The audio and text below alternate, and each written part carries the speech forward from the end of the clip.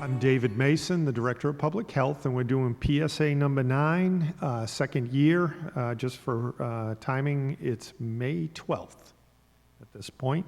And we will start off with an update on where we stand with the numbers in the town of Sandwich with Chief Burke. All right, thank you, Dave. Good afternoon, everybody. The total number of active cases is 22 cases in town, which is significantly down from where we were in March and April. 14 hospitalized between Cape Cod and Falmouth, and I believe 2 were in the ICU. Okay. So as far as, I think we have gone to every other week based on what we've seen for every other week for our PSAs. And I think people would agree there's a little different feeling, a little different attitude out there. So as far as with the numbers dropping at this point, because all the towns on the Cape are out of the red as of today. Yep. So so there is a little different attitude, but that doesn't mean that we shouldn't be that we should not still be following the protocol. Do we have any updates as far as what we have going on in the state or the town at this point? So a couple things. I noted yesterday there were no COVID deaths in Massachusetts for the first time, I think, since last June. Yep. Numbers have been under 500 3 days in a row. That's last time that happened. Ironically, was when we were doing the drive-through flu clinic in September. So those numbers were low. Nationally, we're about 38,000 cases a day, so that's going down significantly. Around here, in terms of testing, we had the Stop the Spread event at the end of April. We've stopped our passive surveillance testing of town and school employees at the moment. We're looking to transition to antibody testing at the end of the school year, just to give people a heads up as to potentially where they sit with COVID antibodies, those that were vaccinated or were COVID positive. So we're looking at that. And then the final piece is town meeting came and went with no significant issues. The election cycle went through with no significant issues. So we're down to prom and graduation between now and 30 June. And then our planning flips to the start of the school year, believe it or not, next year after July 4th week. So one other thing I'll mention, we were talking about, the case counts being low. Not that this is a critical factor, but my fantasy baseball team on Yahoo had 3 members of the San Diego Padres all falling into the COVID protocol, which is interesting because California, there's been some talk about herd immunity out there. They are in under 1,000 cases, which is a minimal amount, but it is still out there. And I think the athletic teams, once you get one case, there's what we've seen here with the different variants. It goes through a household. I had to substitute 3 of my players in my starting lineup for tonight, and I just found it interesting that it was San Diego, it was California, and it was more than one player under the COVID protocol, because we haven't heard much about it in the last month or two. So, it's still there. It's still going to be an issue. We just need to learn how to, push through it and continue moving forward. So that speaks to what I was saying, this different feeling or attitude, a more relaxed feeling. Correct. That we can be relaxed. We have enough knowledge about it, but not to the point that, we can just throw out all protocols at this point. And speaking of the baseball, I know that the state just put out guidance with regards to masking, because I happen to be noting at one of the the Sandwich High School baseball games, to see someone out in right field with their mask on, and you think, what is the point of that? And they did eliminate the masking for position players, as far as they do have sports broken down into categories as far as more, a higher risk, lower risk. And so a lot of the sports have new guidance coming out to eliminate the masking needs. But there's still guidance in place for when they're grouping up, like in baseball or softball, in the dugout or whatnot. So there's still, that speaks to the need for precautions still, and moving forward and keeping those in mind. Also, with regards to vaccinations, the public health nurse, Joanne Gake, and Stacy Burgess, her office person there, are doing second doses today, and basically wrapping up today and tomorrow second doses of Moderna that had been given, and that wraps up her vaccination process for that for that group that she had initiated with. And as far as vaccinations in this town, we had spoken the last time that the age group of 20 to 29 and 30 to 49 were really low in their percentage. Well, over the last 2 weeks, there's been a 20% jump. So Sandwich now has, with people with one dose, that 58% of the Sandwich population has been vaccinated with at least one dose. And those who are fully vaccinated at this point are 43% of the population. So we're moving in a good direction. So once that 58% gets their second dose, we'll bump up over 50 at that point. So we're moving in a good direction. As you know, if you're following, as far as Pfizer was approved for 12 to 15-year-olds, we're evaluating providing vaccination for 12 to 15-year-olds in the town. We're actually meeting on that tomorrow to discuss how to proceed and logistics associated with that. The county has scheduled vaccination clinics for Nauset and for Barnstable, and we have reserved Pfizer doses for that age group, but we're going to see the best way of providing those, and we're communicating with the pediatricians to see what direction they're taking it before we initiate that. So that's at least 2 weeks out before if we were to initiate that, that'd be at least 2 weeks out before we'd initiate that at that point. And then as far as the state's guidances, I had mentioned as far as high school sports, all the guidances have opened up for all your businesses. So there are many businesses that are adjusting.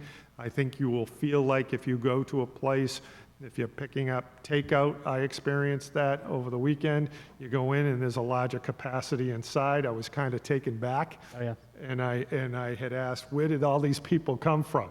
And it was more as if, there just seemed to be more people on the Cape this past weekend. Yep. So I said, where did all these people come from? And I kind of got snapped at. I was, well, everyone is vaccinated, and people have had enough, and and we're meeting the criteria, which I wasn't, questioning. Right. It was just, holy moly, there were a lot of people there. And she said, you're just not used to it. And I said, that's very true. So if you go out to these places, it may appear as if they're packing them in. They're just going to the next allowable percentage inside. And fortunately, we're still working, the town is working with those businesses to keep outdoor seating, which I think is a great thing anyways, just for, just overall for the businesses and the community. It adds a nice atmosphere. So what else you have, Chief? So 2 points. When we look at it, a tipping point from response to recovery, which is something we deal with all the time, I think can be difficult for others to grasp that are not in public safety. And I think we're seeing some of that now is where's that transition point from rolling back the restrictions based on vaccination numbers and what the overall numbers look like. So I think we're experiencing some growing pains there on a state and national level, but I think they will get there. I think the other point that is very important to make is those that were COVID positive, all right? And my students, we were discussing this last week. It was pretty interesting. Are you better off having COVID and not being vaccinated than being vaccinated and not having COVID, right? And the percentages, when you look at the percentages, the reinfection rate of COVID is minimal at best, right? Below 1%. The failure rate of the vaccine is anywhere from 5 to 10%. So at some point, and this is when I talk about the transition from response to recovery, those that are COVID positive that choose not to get a vaccine are going to have to be categorized in an area with the vaccinated folks. And I think that there's a slow process to getting to that point. But I know many people that have had COVID that got vaccinated, and that's great. But those that are COVID positive that choose not to, we have to prepare for a category for those folks because the odds of them getting reinfected are minimal. And how do you prove that, right? Is there a card that says, oh, I had COVID? So those one of the things that, at the university level, with students we were talking about is, at some point they're going to have to add a second category. When you put those two categories together, COVID positive, non-vaccinated with the vaccinated, your percentages are going to be in the 60 to 70% range. And I'd be curious to see what the town of Sandwich is with a population of 19.5, 20,000, with 13,000 people roughly at least vaccinated with one shot, if not both. And if our numbers I think there were around 1,800 or 2,000 positives since we started.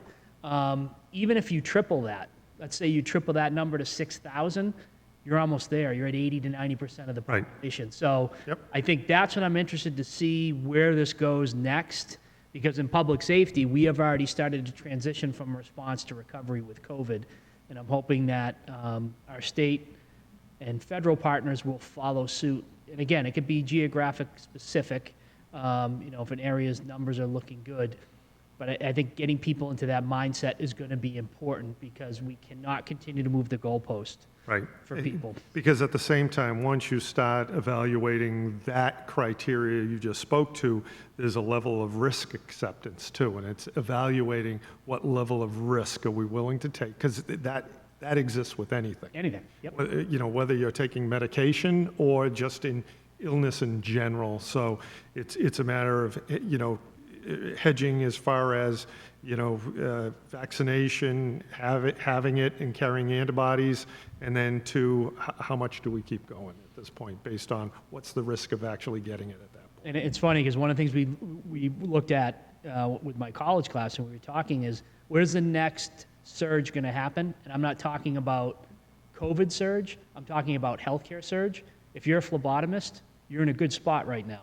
Yeah. Because as July and August roll around, and people are going to do blood work to see Prove what they have. what they have. Yep. And so if you're a phlebotomist, good for you. You're going to be busy. But that's what we see when we project out a lot of times, what do things look like 90, 120 days out? I think there'll be the vaccination crush as school gets closer.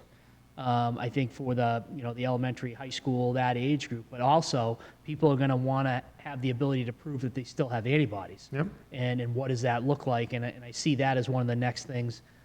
Mark this down as May 12th, that if you're a phlebotomist, you're going to be very busy coming up through the summer as people try to get that, that information. Right. And how long that sustains for. Yep. As far as carrying those antibodies and stuff. So, no, very good point. So, I think as we move forward here, we'll be again updating you every other week as far as where we stand in town here. We're looking very good right now. We'd just ask you to, just be safe, follow the protocols as they exist now. I think May 10th is a big date as far as with the governor, when a lot of this, the next phase opens up, and then August 1st. As I was told by my son who lives in Boston, August 1st is when the bars and breweries are opening up. Game on. Game on, yeah.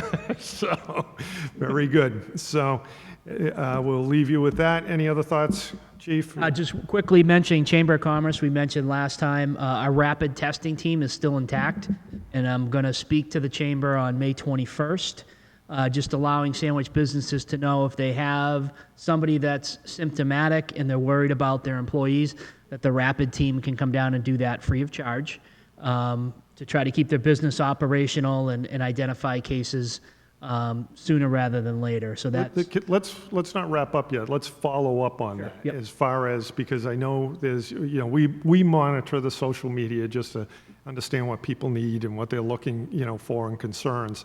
And, we are hearing, or I hear from a lot of businesses that are having cases, and they're required to notify me of it. And so you get a lot of businesses not a lot, but you'll see businesses all of a sudden close down. And all of a sudden it's on, what's going on? What's happening? Yep, this is closed. That's closed. Yes.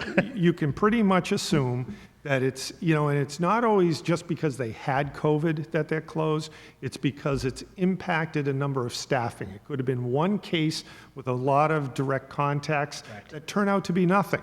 But because they are direct contacts and they have limited staff, they end up having to close. And then there's a few businesses out there that are able to pull staffing from another business that they have in order to maintain their operation.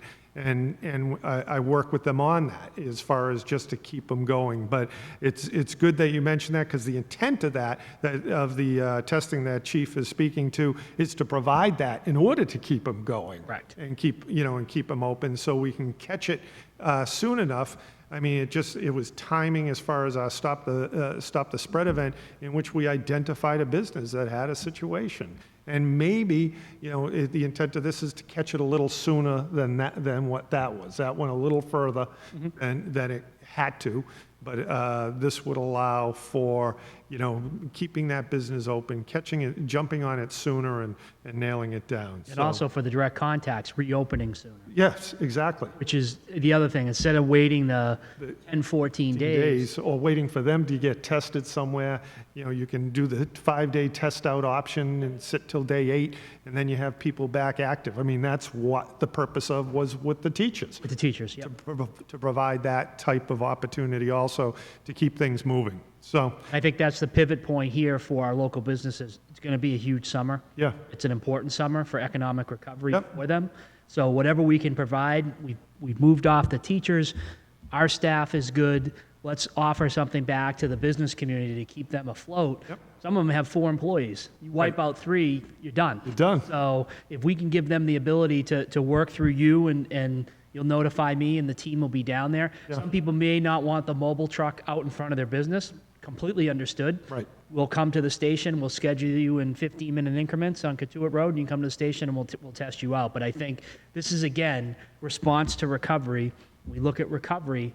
It's not only health related and government operational related. It is business related, and these businesses have taken a beating. Yep. And I want And with what's projected for our summer, people, this is a great 3 opportunity. days of missed 3-day closure can be a significant amount of money. So we want to hit the economic recovery head on, and that's what the offer is. And Denise has been great at the chamber, and I'm going to do a quick little spiel at their May 21st meeting, just letting the chamber members know the fire department's here to support, your operation and to keep everybody open and moving. And even to have that, that testing unit in front there, I'll tell you right now, when you have businesses put out, hey, we've had a case, we're closed, we're cleaning up, you get nothing but positive responses to that and thanking them for being responsible. Yep. So I think the community, they shouldn't shy away from it. The community actually embraces it, that they're being protective. Yep. And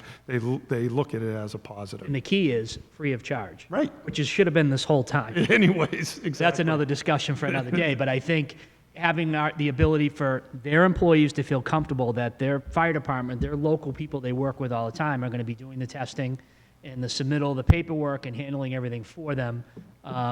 These are all businesses that I frequent all the time. I want to see them successful and open and operational. And I don't underestimate the importance economically of the summer that is coming up. So we wanted, and that will be through the summer, the mobile unit will be ready to jump as needed with any of our establishments that are in town, to keep them moving forward. So I wanted to mention that. I'm glad we had a little sidebar discussion for those chamber members that are watching now, and I'll be at the meeting on May 21st, that's where we're going next. We're always going somewhere next.